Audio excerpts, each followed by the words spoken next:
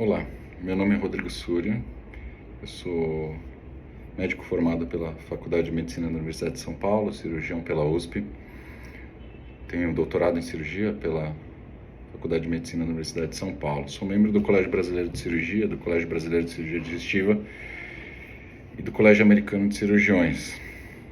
Meus projetos atuais, estou desenvolvendo meu pós-doutorado na USP e também estou fazendo um MBA de Gestão Hospitalar pela FGV. Tenho alguns artigos publicados, algumas dezenas de artigos publicados, a imensa maioria deles indexados na PubMed. E por algum motivo hoje eu resolvi iniciar um projeto que eu tenho na minha cabeça há muito tempo. Talvez não seja um bom dia, essa noite a gente operamos até as 4 da manhã, dormi das 5 às 6 da manhã. Nesse momento são 12:30 e acabei meu consultório agora e acho que por algum motivo me motivou a começar esse projeto que eu tenho na minha cabeça. Minha ideia é falar sobre alguns temas da medicina e, sei lá, são só temas que eu gosto e que eu acho que tem uma certa relevância e que talvez sejam temas de interesse para o público em geral, ter uma visão de um médico conversando abertamente. E espero também que parte do que eu fale nesses vídeos possa ajudar os mais jovens a ter uma ideia do que é a profissão, de uma ideia do que o médico vive. Pensando sobre isso, eu optei por começar falando sobre a ciência na área da saúde, a ciência na medicina, a minha experiência com isso. E eu resolvi dividir esse tópico em 2 vídeos, tá?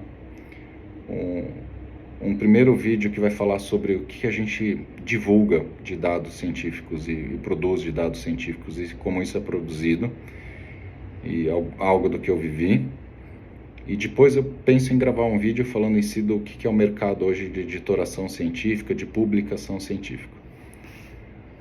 Começando assim, eu acho que se daqui fosse um podcast da BBC, seria o momento de dizer Chapter 1, Show Me the Numbers. Na minha cabeça me vem uma cena quando eu era bem mais jovem, há uns bons anos atrás, em que eu estava num congresso em Paris, um congresso mundial de cirurgia de fígado, vias biliares e pâncreas. Eu acho que naquela época eu devo ter apresentado 1 ou 2 coisas, ou 3, de minha autoria nesse congresso, e talvez coisas não tão relevantes, mas eu lembro que ia ter uma sessão. E era uma sessão que eu queria muito assistir. E basicamente era uma sessão que falaria sobre ALPS, que é uma cirurgia de fígado extremamente complexa. E reservado para casos extremamente graves. Pacientes com muitas lesões, geralmente metástases, muitas metástases no fígado. E é uma cirurgia extrema e, obviamente, em qualquer caso desse, você não espera uma sobrevida de 100% do procedimento cirúrgico. Quer dizer, você sabe que você vai perder alguns pacientes no caminho e que, na verdade, você oferece a terapêutica porque o paciente não teria nenhuma outra opção e teria uma sobrevida muito curta. E eu lembro que eu fui nessa sessão e ia ter um moderador, que era um americano, e ele ia moderar uma sessão com 2 cirurgiões. Um cirurgião francês, que na verdade não ia defender essa técnica, que se chama ALPS, ia falar a favor de uma outra técnica, que é ir fazendo cirurgias meio que seriadas, até você conseguir tirar todos os tumores do fígado. E tinha sido convocado um cirurgião argentino, famoso. Se vocês perguntassem pra mim assim, o que eu mais lembro dele, da figura dele, que mais se aproximaria, seria tipo um mafioso de Nova York de 40 anos atrás. Uma figura pomposa, sempre bem arrumado, sempre imponente. E essa técnica, na verdade, foi criada por um alemão, só que ele meio que criou a técnica e era uma técnica brilhante, e ele meio que parou de falar e publicar sobre isso. E talvez algumas pessoas tenham percebido, bom, é uma técnica brilhante, quem publicou, quem teve a ideia parou de falar sobre isso, se eu começar a falar bastante, vai parecer que essa técnica é minha. Então, meio que no mundo, todo mundo achava que ele era um dos ALPS guys, um dos defensores do ALPS. E eu lembro que foi começar essa sessão, e o moderador americano apresentou o cirurgião francês, elogiou o cirurgião francês e tal, e falou, ele vai falar a favor de cirurgias sucessivas no fígado, não de fazer essa técnica que se chama ALPS. E aí ele chamou o colega argentino, apresentou o colega argentino, o professor, e ele fez um comentário que foi, convenhamos, um cirurgião com resultados mágicos. E isso ficou na minha cabeça, a forma como ele falou e a palavra mágico, né? E a princípio a gente não acredita muito em magia na medicina, né? A gente tenta desenvolver uma ciência que é um pouco mais objetiva. Claro que tem muitos fatores que envolvem o resultado, mas magia talvez seja um dos que a gente não conte para obter resultado. E aquilo ficou gravado na minha cabeça. Passam-se alguns anos e outra coisa veio gritar para mim sobre isso. E novamente foi num congresso, dessa vez foi em Genebra, num congresso europeu-africano, também da mesma sociedade de cirurgia de fígado, vias biliares e pâncreas. E foi ser apresentada uma outra aula de um cirurgião europeu que, fora esse cirurgião argentino, era o segundo ALPS Guy no mundo. Só que vem que uma pessoa que trabalhava junto com ele, um cirurgião americano que na verdade trabalhava metade do tempo nos Estados Unidos e metade no tempo na Europa, e no serviço desse professor europeu, ele, que eu conhecia, a gente estava conversando, ele virou e falou: essa aula aí, todos os dados que ele vai falar agora foram manipulados, todos, é uma invenção. A gente apresentou os dados para ele, aí um paciente tinha falecido no pós-operatório, o que pode acontecer, não que ele seja um mau cirurgião, e ele inventava qualquer desculpa e falava: esse paciente tem que sair da lista. E mais uma vez apresentou resultados, um outro cirurgião apresentando resultados mágicos sobre o ALPS. Só que nesse mesmo congresso, e eu tive uma participação mais significativa, eu apresentei uma cirurgia que eu tinha feito, que tinha sido uma cirurgia muito, muito complexa aí. E colegas vieram falar para mim, falaram: cara, essa cirurgia foi incrível, colegas de outros lugares do mundo me pediram para mandar o vídeo na íntegra para a equipe do King's College de Londres, que é um grande centro de cirurgia de fígado. Eu tinha mostrado uma cirurgia de fígado. E eu lembro perfeitamente que quando eu fui começar a apresentação, eu falei: olha, esse é um caso extremamente selecionado, eu vou mostrar pelo interesse técnico.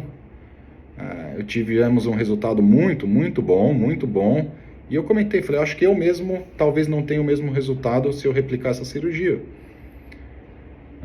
E eu apresentei essa cirurgia, e logo que terminou, um cirurgião da Holanda levantou para me questionar, e a pergunta que ele fez foi justamente essa, assim: por que você apresentou uma coisa dessa num congresso?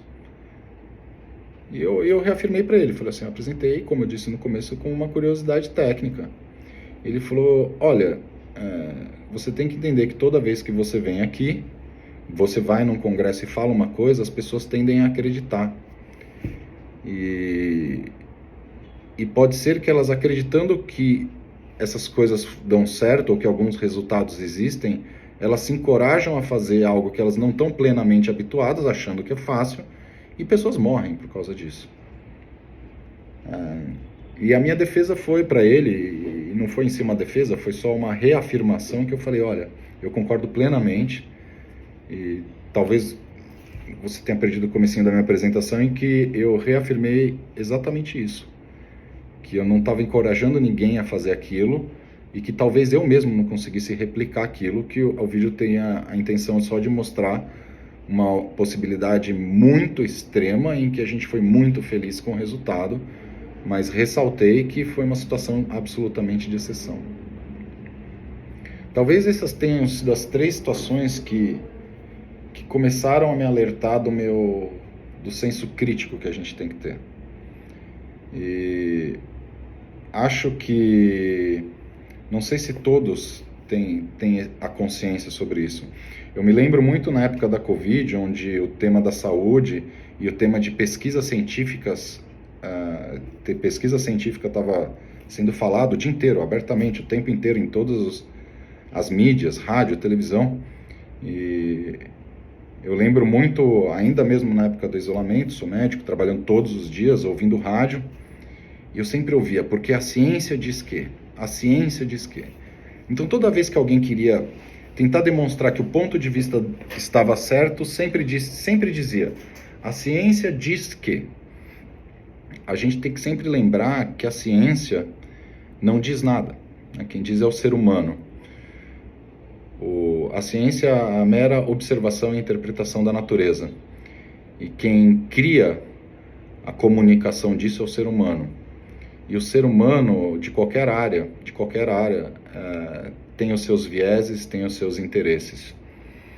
E eu acho que eu venho cada vez mais tomando extremo cuidado com relação a isso, para a gente saber muito bem o que a gente faz de translação para ciência, para a nossa prática clínica diária.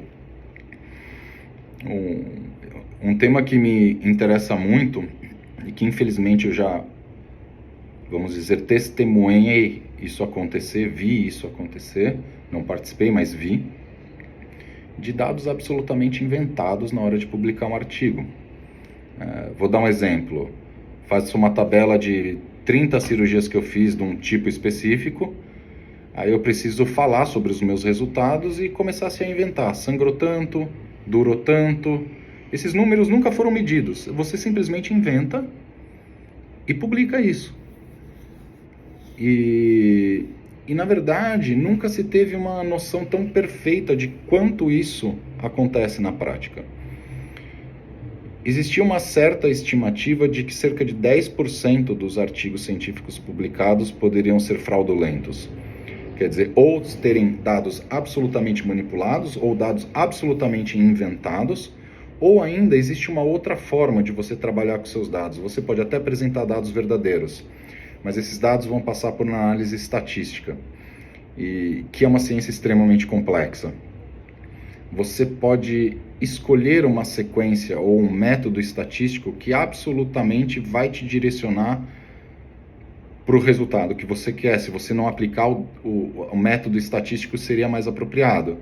Então é como se eu quisesse provar que o medicamento A é melhor, que é um novo medicamento, é melhor do que o medicamento B, que era o que está em uso corriqueiro, e eu começasse a comparar os dois, mas sempre escolhendo formas de análise estatística que vão privilegiar o resultado que eu quero, que seria que o medicamento A é melhor que o medicamento B, sem isso ser uma verdade. Um lampejo de esperança que eu vejo atualmente é que isso vem sendo abordado de uma maneira mais séria e pela própria comunidade. Não sei se porque pessoas honestas começam a ficar cansadas de serem ultrapassadas em resultados ou sendo prejudicadas em relação à sua prática comercial, à prática de consultório, à prática de atuação em universidade, desconfiando de que outros competiam utilizando dados ou métodos incorretos ou antiéticos. E é um fato que novas tecnologias estão surgindo para aferir com um pouco mais de precisão o quanto a gente tem de fraude na publicação científica. Até que recentemente eu ouvi o editor-chefe de uma revista muito importante de anestesiologia internacional dizendo que a partir do momento que eles resolveram atuar de uma forma incisiva sobre isso, ele estimou que, pelo menos para o periódico dele, que é um periódico de extrema relevância, estavam sendo submetidos 30% de artigos fraudulentos. Então, eu acho que esse é um conceito que os mais jovens que estão entrando na área da saúde têm que ter e que a população tem que ter. Existem muitos interesses na prática da ciência. Vou dar um exemplo. Existem universidades, vou dar um exemplo, universidades americanas, em que você tem que produzir e você é bonificado por produção científica. Então, literalmente, você ganha dinheiro quando você publica. Você ganha status universitário quando você publica. Então, na verdade, a publicação, existe um interesse pessoal às vezes financeiro e acadêmico e desenvolvimento na própria carreira, de publicar. E vira uma busca incessante de publicação e algumas pessoas se rendem a métodos antiéticos de publicação. Uma outra coisa que foi comentado é que, pelo menos nos Estados Unidos, eu imagino que isso se estenda para vários lugares, não existe muito uma legislação para punir efetivamente ou criminalmente quem faça isso. Então, assim, está se pensando atualmente nos Estados Unidos disso ser levado à frente e levado para o Congresso americano para começar a se discutir que, assim, não, um cientista que tenta publicar um dado fraudulento, ou então um cientista que publicou, você tem a prova ali já publicada, passou pela revista, ninguém percebeu, você tem a prova do crime, eles passem a ser realmente penalizados de alguma forma, até legalmente. Tá? O que se faz hoje, atualmente, é basicamente, se a revista descobre que algo que ela acabou publicando passou com uma fraude, ela retira essa publicação. E mesmo retirar a publicação acontece com muito pouca frequência. Ontem eu me cruzei com um e-mail, recebi um e-mail de uma revista indexada, internacional, uma revista que vem crescendo muito, que vem adotando técnicas super bacanas e super modernas de publicação, de interação com os pesquisadores, de interação com os leitores. E eu recebi um e-mail pedindo para eu avaliar o que eu achava da nova seção que eles tinham criado, que se chama Hall of Shame, que é o Hall da Vergonha. E efetivamente isso está no site da revista, eles têm uma parte do site, uma página do site, em que eles colocam o nome de um pesquisador, a foto de um pesquisador, e escrevem o motivo que ele entrou no Hall of Fame. Por exemplo, recusamos o artigo desse pesquisador porque a gente percebeu que os dados eram mentirosos. Percebemos que houve manipulação estatística. E eles citam nominalmente, tem a foto e o nome da pessoa ali. Uma ferramenta que eles têm usado bastante é a inteligência artificial.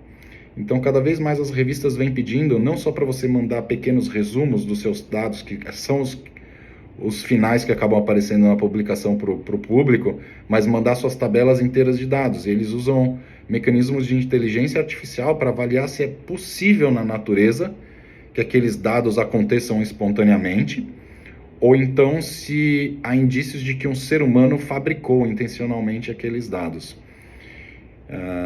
Isso vem trazendo para a gente uma certa esperança em relação ao que tem sido feito e com relação à ética.